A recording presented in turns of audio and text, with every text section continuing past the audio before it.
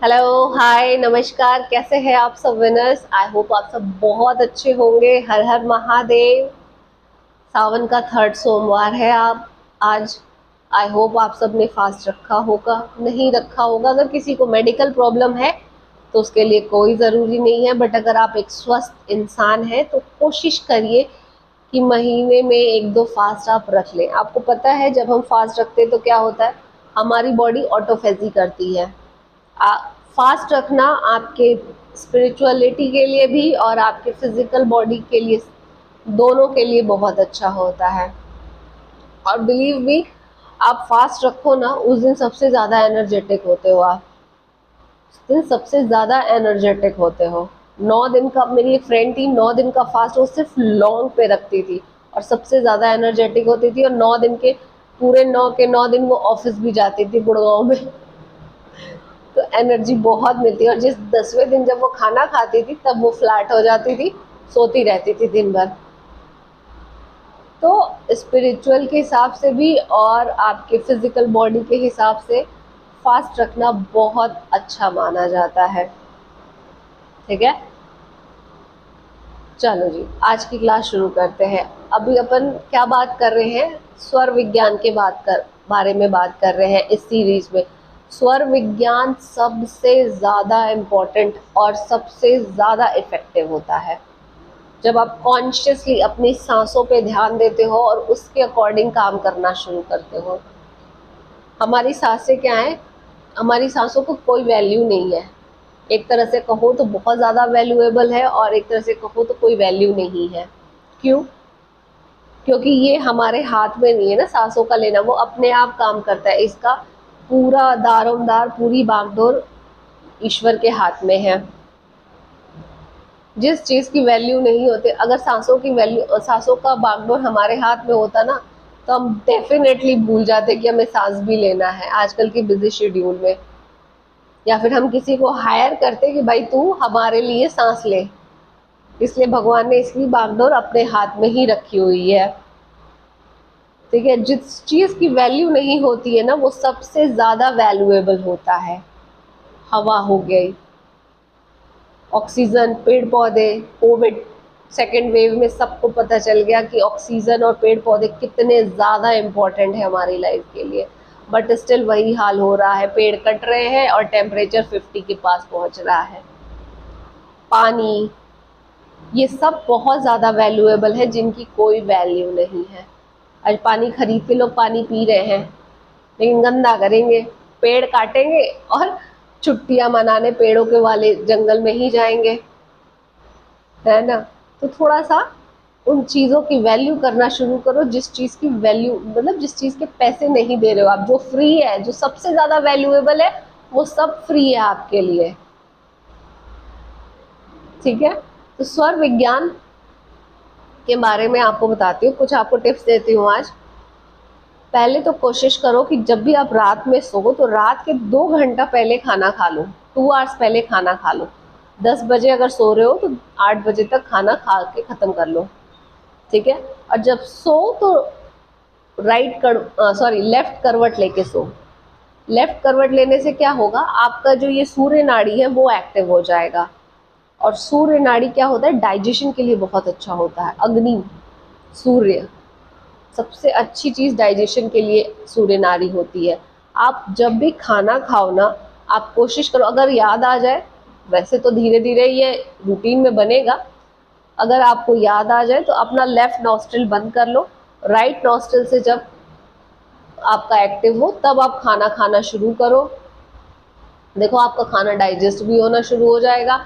जिसको भी कॉन्स्टिपेशन की प्रॉब्लम होती है, पेट की प्रॉब्लम होती है, लूज मोशन की प्रॉब्लम होती है, वो लोग राइट नॉस्ट्रल से एक्टिव अपना चंद्र नाड़ी एक्टिव करें, उनको वो प्रॉब्लम खत्म हो जाएगी। हाई बीपी की प्रॉब्लम है, किसी को अगर हाई बीपी की प्रॉब्लम है तो लेफ्ट नॉस्ट्रल को एक्टिव कर ले। मान लीजिए आपका बीपी हरदम फ्लक्चुएट हो रहा है, हाई बीपी की प्रॉब्लम है, तो अपने लेफ्ट नॉस्ट्रल से आप ज़्यादा ब्रीथ कीजिए। उससे क्या होगा, आपका जो बीपी की प्रॉब्लम है वो धीरे धीरे ख़त्म होनी शुरू हो जाएगी। ठीक है, बहुत, मतलब आप अगर अपनी सांसों पे ध्यान दे दो ना तो आप कुछ भी कर सकते हो। और सबसे पहले तो ये जो अपने माइंड में लिमिटेशन लगा के रखी है, लिमिटेशन खत्म कर दो। मैंने उस दिन अपनी लिमिटेशन खत्म कर दी थी जिस दिन मैंने, आपको पता ही होगा, गर्मी में टेम्परेचर चल रहा था 48 49, ऐसे ऐसे टेम्परेचर चल रहा था हर जगह का, और मैंने उस गर्मी में विदाउट फैन ऑन किए योगा किया था। उस गर्मी में विदाउट फैन ऑन किए योगा किया था, जस्ट बिकॉज ये चेक करने के लिए कि क्या मैं कर सकती हूँ। अपने आप से चैलेंज लिया, और जब हम अपने आप से चैलेंज लेते हैं ना, हमारी बॉडी में अजीब सी एनर्जी आ जाती है उस चैलेंज को पूरा करने के लिए। कभी भी कोई काम हो ना तो अपने आप को चैलेंज करो, देखो आपका माइंड कितने स्ट्रांगली वो काम करने लगेगा और वो चीज़ें ढूंढेगा कि कैसे इसको पूरा किया जाए। बिलीव मी, जिस दिन मैंने 48 डिग्री टेम्परेचर पे विदाउट फैन योगा किया ना, योगा एंड एक्सरसाइज, मैं समझ गई कि सारी लिमिटेशन सिर्फ यहाँ पे होती है। अगर आपने यहाँ से अपनी लिमिटेशन खत्म कर ली, यू कैन डू वंडर्स। आप कुछ भी कर सकते हो, कुछ भी कर सकते हो, कुछ भी मतलब कुछ भी। और जितने लोग आज की डेट में सक्सेसफुल हुए हैं ना, वो सिर्फ इसीलिए हुए हैं क्योंकि उन्होंने अपने माइंड में कोई लिमिटेशन रखी ही नहीं। उन्होंने वो सोचा, वो किया, उन्होंने वो सोचा, वो किया। पढ़ाई कर रहे हो, लेफ्ट नॉस्ट्रिल एक्टिव करो, चंद्र नाड़ी एक्टिव करो। जितना चीज पढ़ोगे एकदम, क्या होता है, लेफ्ट नॉस्ट्रिल जो चंद्र नाड़ी होती है सबसे ज्यादा आपके मेंटल हेल्थ को वो करती है, प्रभावित करती है। आपका फिजिकल हेल्थ आपकी सूर्य नाड़ी संभालती है। तो अब आप खुद ही समझदार हो। अगर घर से बाहर निकल रहे हो किसी काम के लिए, सबसे पहले स्वर चेक करो। अगर आपकी सुषुम्ना एक्टिव है, भूल कर भी घर से बाहर मत निकलना, भूल कर भी घर से बाहर मत निकलना, क्योंकि सुषुम्ना में सबसे ज्यादा एक्सीडेंट्स होते हैं। सुषुम्ना में सबसे ज्यादा एक्सीडेंट्स होते हैं। 2 मिनट रुक जाओ। वो कुछ बोलते थे ना, कभी कभी आप लोग, जब भी किसी न्यूली वेड कपल आता है तो लड़की को क्या बोला जाता है, सबसे पहले अपना लेफ्ट पैर अंदर रख के आओ। क्यों? क्योंकि गर्ल्स का सबसे ज्यादा चंद्र नाड़ी एक्टिव होता है, इसीलिए इमोशनली सबसे ज्यादा स्ट्रांग होती है गर्ल्स। फिजिकली भले थोड़ी कमजोर हो, लेकिन इमोशनली बहुत स्ट्रांग होती है गर्ल्स।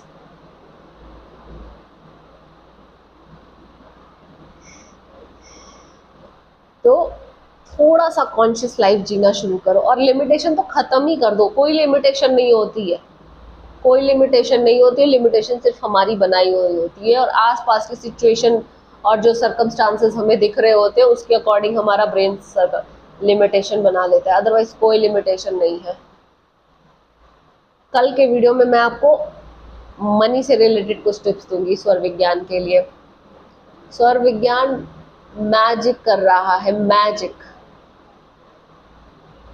और जब स्वर विज्ञान, जिधर से भी आपका स्वर विज्ञान एक्टिव हो, उस साइड से काम करना शुरू करो। देखो, संजीवनी प्राण, हर चीज, ईश्वर उस काम में आपके साथ रहेगा, क्योंकि आपका वो साइड एक्टिव है, वो साइड जिंदा है, वो साइड डेड है। डेड के हिसाब से काम करोगे तो वो काम डेड ही रहेगा ना। जिस हिसाब से जिंदा हो, जिस साइड से जिंदा हो, लाइव हो, उस साइड से काम करोगे तो वो साइड आपका डेफिनेटली पूरा होगा,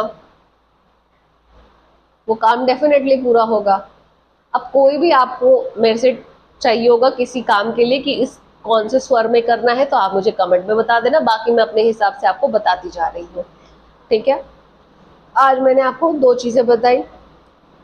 डाइजेशन के लिए सूर्य नाड़ी, पढ़ाई करने के लिए चंद्र नाड़ी, एक्टिव करने का भी बता दिया है कैसे एक्टिव होती है।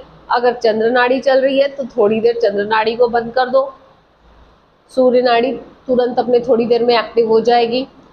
दूसरा एक और तरीका बताती हूँ।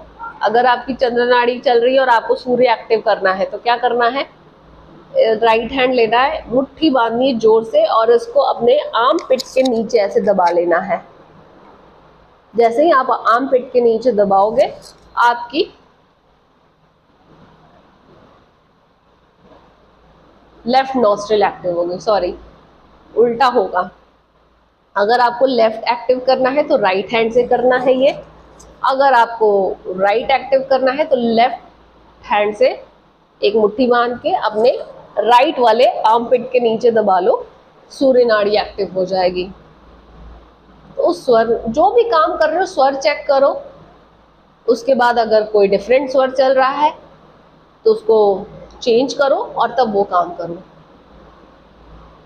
ठीक है। अब बाकी का ज्ञान कल दूंगी। आई होप आप इसको करना शुरू करो, बिलीव मी आपको लास्ट टाइम से ज़्यादा अच्छे रिजल्ट इसमें मिलेंगे। और ब्रीदिंग एक्सरसाइज डेली करना है, ब्रीदिंग एक्सरसाइज डेली करना है। ब्रीदिंग एक्सरसाइज और नाभि से आपको सांस उठानी है। नाभि से सांस उठा के 10 सेकेंड अपने हेड में रखना है, उसके बाद उसको एक्सेल कर लेना है। डेली ब्रीदिंग एक्सरसाइज करनी है, डेली मतलब डेली ब्रीदिंग एक्सरसाइज। चलो फिर मिलती हूँ कल। वैसे तो आज से मैं ट्रैवल करना स्टार्ट कर रही हूँ, बट ट्रैवल के बीच में आपको वीडियोस मिलते रहेंगे। जय सिया राम। खुश रहिए, सुखी रहिए, समृद्ध रहिए। हर हर महादेव।